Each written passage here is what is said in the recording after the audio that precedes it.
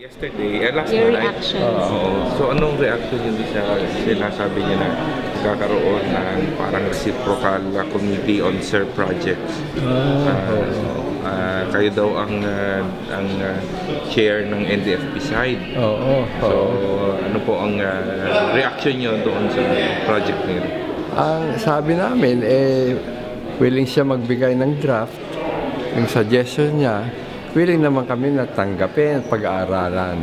Kasi konsulta pa namin sa ibang membro namin. Pwede na pag-usapan with the MILF kung ano yung karanasan nila. At saka, siyempre, titignan natin kung ano yung magiging epekto sa revolusyonaryong kilusan at sa taong bayan. Pero ang sinasabi namin na pinakahalaga, mas mahalaga pa, na bigyan ng atensyon yung mga violations sa Karil. Yung pag-release ng political prisoners at saka yung pagtingin dito sa mga maraming violations ng ceasefire na ginagawa ng AFP. At itong mga violations ay kailangan tignan at i-take up. Mas importante pa itong sa Karil. Pagkatapos kailangan din yung negotiations sa social economic reforms, land reform, national industrialization, at saka yung sa political and constitutional reforms. Sinabi rin natin na napakahalaga na itong mga issues ng taong bayan, lalong-lalo na itong paggawa ng maraming violations ng AFP sa kanayunan.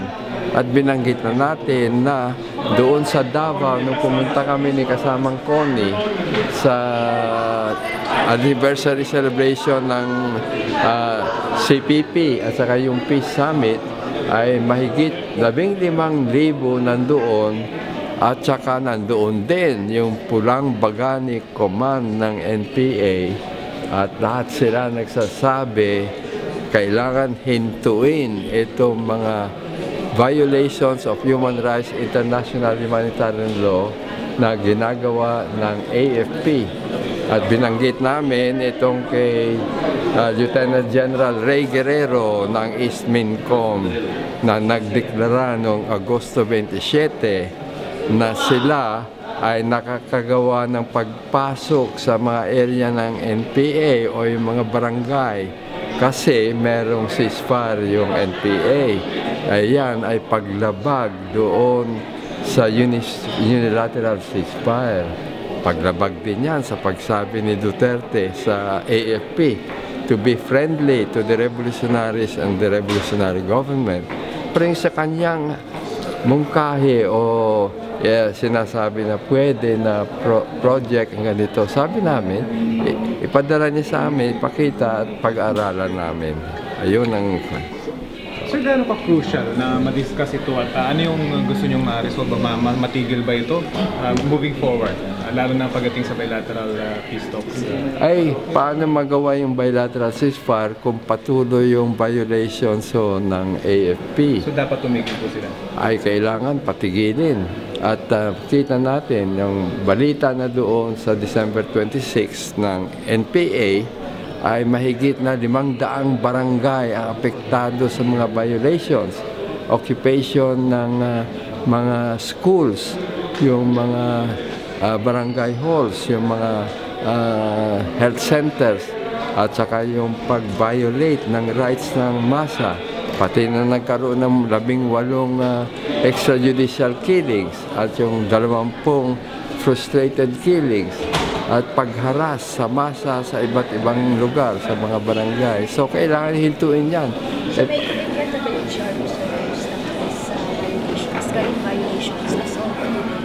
Kanina, hindi ba, pinesent na. At sabi nila, they will give attention to it.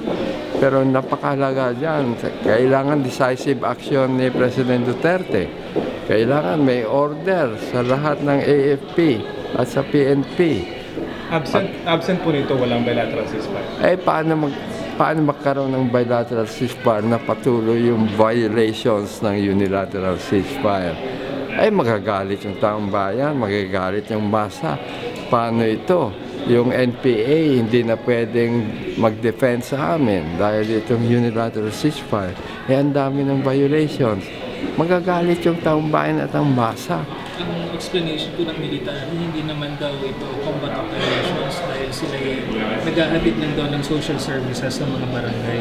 Ay, hindi totoo yan. Kasi pagka nakuha nyo ang reports galing doon sa mga barangay, pumapasok yung mga AFP units at nagte-threaten sa masa.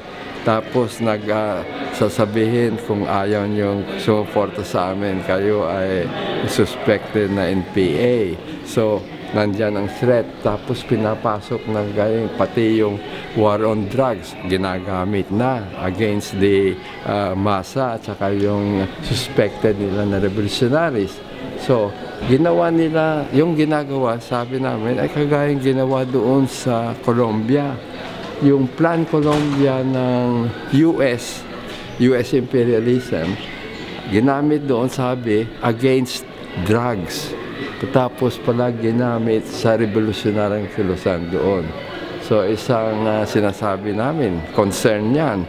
Paano? Pati itong tokhang at double barrel ay ginagamit sa mga mahihirap at mga poor people at saka pati na ngayon sa mga aktivista.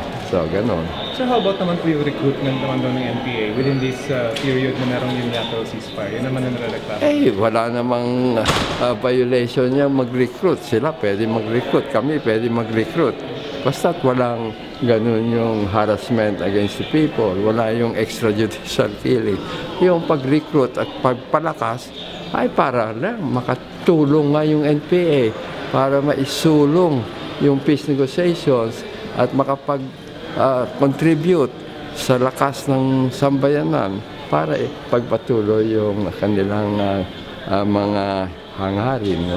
Yung sa land reform at saka iba pa. So, walang violation yan. Hindi masasabi. Wala naman yan sa ceasefire declaration ng CPP-NPA. Sabi nga ng CPP-NPA, kailangan magpalakas pa ang bagong hugbong bayan para mapagpatuloy yung kanilang kontribusyon para sa peace talks at para sa mga proyekto at mga programa ng taong bayan. Sir, ang GRP po ba walang inihain din mga violations sa kanilang Meron sinabit ngayong umaga ilang sinasabi nilang violation na titignan ng NDF. Sa tingin namin, itong mga sinabit nila karamihan ay hindi naman violation. Kasi kung merong ginagawang violation ang isang lugar doon na pwedeng hintuin ng NPA, no? Hindi naman. Walang operation at military operation ginagawa ng NPA against the AFP. So, walang violation.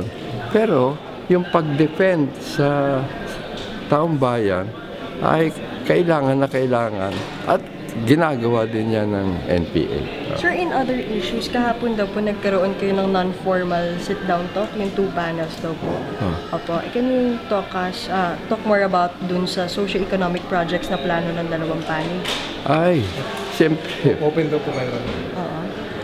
Open din, pero kailangan pag-aralan yung mga konkretong bagay. Kasi yung masa at mga organisasyon ng revolutionary kilusan ay gumagawa na ng mga socio-economic projects nila para sa kanilang pangangailangan ng hukbo, pangangailangan ng taong bayan.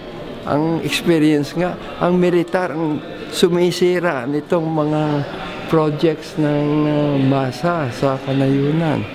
Yan, pinaliwanag ni Lloyda Magpatok doon sa part ng Mindanao na kilala niya. Ayun. Ang experience ng masa, yung kanilang mga socio-economic projects, health, education, cultural, at saka para sa land reform na limited doon sa area, ay winawasak ng militar. Oo. Pero are you hoping na magkaroon ng congruence dito kasi binabanggit niya na meron ng ginagawa tapos meron namang offer ngayon ng Philippine government? Oo. Pwede pagka talagang makita namin na nakakatulong o makakatulong sa masa. Pero maingat din kami sa pagtingin at gusto namin maikuha yung karanasan ng MILF, kung ano yung experience doon, kung nakatulong ba yan. Mahirap din yung mga pumapasok ng mga US agencies na pala ay against the MILF at against the peace talks din, no?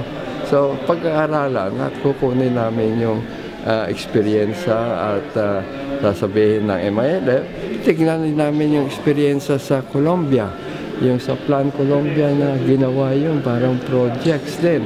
At sa iba pa, maraming karanasan na pag-aralan namin, yung sa Sri Lanka, yung sa Nepal, yung sa El Salvador, sa Guatemala.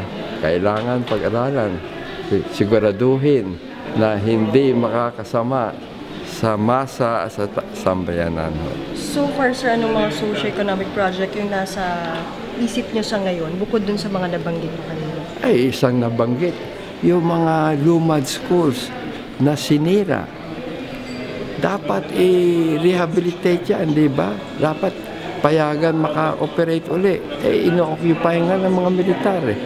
Pagkatapos yung mga nasakta ng mga tao doon sa ginagawa ng militar, dapat mabigyan ng rehabilitation at tulong. Pwedeng konkreto yan. Pero sinasabi lang namin yan. Ngayon, pwede namin tanungin yung iba't ibang barangay, yung iba't ibang area na sa ilalim ng Revolutionary Kilusan, ano yung mga projects na sa tingin nila pwede. Una-una, kailangan tanungin namin sila. Anong tingin ninyo dito sa proposal ni Jess Dureza? Makakatulong ba sa inyo yan, sa Kilusan? Anong comments nila? Tingin ko marami magsasabi. Pwede magsabi, paano itong military operations ginagawa sa more than 500 barangays at nakaka-threaten at nakakasira ng aming hanap buhay o gano'n. Nabanggit po ni Sec Dureza na mag-i-invite ng mga funders, foreign funders para sa socio-economic projects nito. Oo. Ano ba ito? Free for all na makakapasok sila o magkakaroon ng screening? Kaya kailangan pag-aralan ng mabuti kung sinong funder siya na baka may masamang intensyon against the revolutionary movement. Alam na natin na yung iba dyan ay para makakuha rin ng kanilang for their own purposes, no? At nabanggit niya pa na ay pwede yung IMF, World Bank magbigay ng pera, ay parang poison yan, no? Kwan yan, galing sa US yan na hindi nakakatulong sa sambayanan. O iba pang funders. At titingnan natin kung anong experience. Baka kung galing sabi namin sa Norway, baka okay, baka ganito. Pero kailangan pag-aralan ng mabuti. Yun ang sabi namin. Kailangan pag-aralan ng mabuti na tiyakin na hindi makakasama sa Revolutionary Kilusan, sa taong bayan, sa masa, sa ating mga areas, no? Marami na tayong areas, di ba? Mahigit na 70 probinsya, nandoon tayo. At nandoon na yung ating mga projects, organizations, organs of political power, mass organizations, ay kailangan pag-ingatan dahil meron din peligro kung papasok lang sa mga projects na hindi natin napag-aralan ng mabuti. Okay? Last na po, medyo 2 weeks ago nagkaroon ng evacuation sa Cagayan de Oro. Oo. Kasi pumasok ba yung mga NPA para pag-usad ng education campaign daw. Oo. Meron din mga area sa Mindanao na nagre-report yung military na pumapasok daw yung NPA para mag-recruit pa ng members of ng CPP. Ano pang message din ninyo para sa mga tao? Is it a reason na mag-cause an alarm or is it... Well, sa tingin namin, yung ganun na report, kailangan suriin na mabuti kung ano talagang actual facts. No? Second, talaga yung NPA ay nagbibigay ng kanilang training at nagpapalakas. At of course, siguraduhin na katanggap sa taong bayan. Yun na.